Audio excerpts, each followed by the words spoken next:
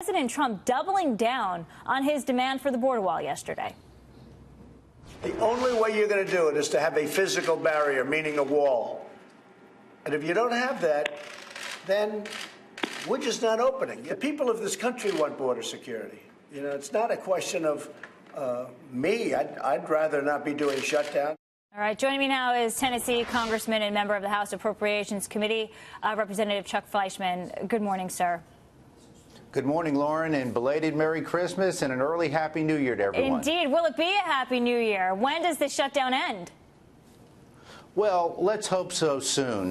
This is a situation that, as an appropriator, it really tugs at my heart. We worked so hard this year on the House Appropriations Committee. I'm a member of the Homeland Security Subcommittee, and it's very, very sad. Unfortunately, the Democrats have gone backwards. They had a position earlier in the year where they had a number that they could live with.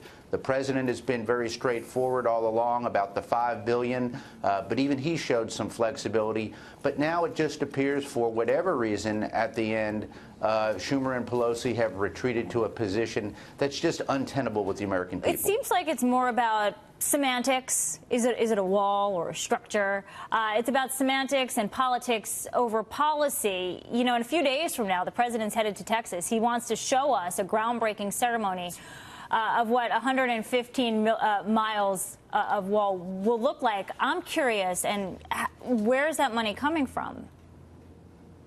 Well, obviously, we appropriated money for this. That's where this money has come from. Unfortunately, we have a situation where the Democrats had agreed earlier this year to a number. It was not as high as what we and the president wanted, but it was higher. They have gone back, and it's a negotiating tactic that just doesn't work. If you state a number as they did and then you go backwards, that shows bad faith. And it's just unfortunate right now that we're in this position. The optimist in me says over 70% of the American people want border security. You're absolutely right. This is a semantic issue for the Democrats. They're playing politics with it. Whether you're talking about wall, border security, we need all of the above. This is about protecting the United States of America, our sovereignty. We have a situation where criminals are coming across, known terrorists are coming across. We've got to keep the American people safe. Just out of curiosity, how much, more or less, would 115 miles of border wall cost? Well, it depends on what they actually use to build it. Obviously, when people think of a wall, they can say brick and mortar, but there are other structures that can be used as a barrier that can actually be less expensive to build.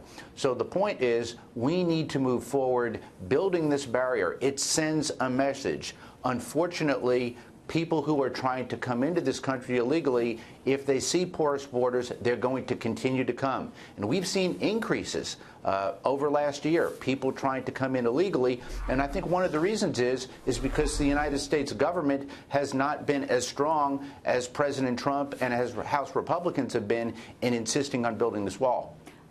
Democrats are also digging in here. Democratic leaders Nancy Pelosi and Chuck Schumer, they're taking aim at the president over the shutdown because of money for the wall. They're actually targeting the House Freedom Caucus, tweeting that as long as President Trump follows its lead, a solution will remain out of reach. Who blinks, Congressman?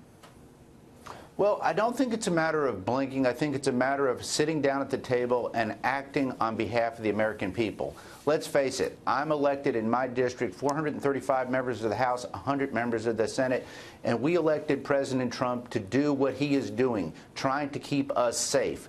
And I can think of no issue more important than border security in trying to keep all of our borders safe.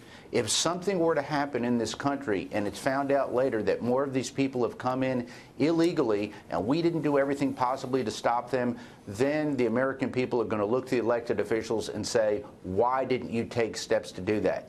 On my behalf, I promise that I'm going to continue to do everything possible to keep us safe. And our elected leaders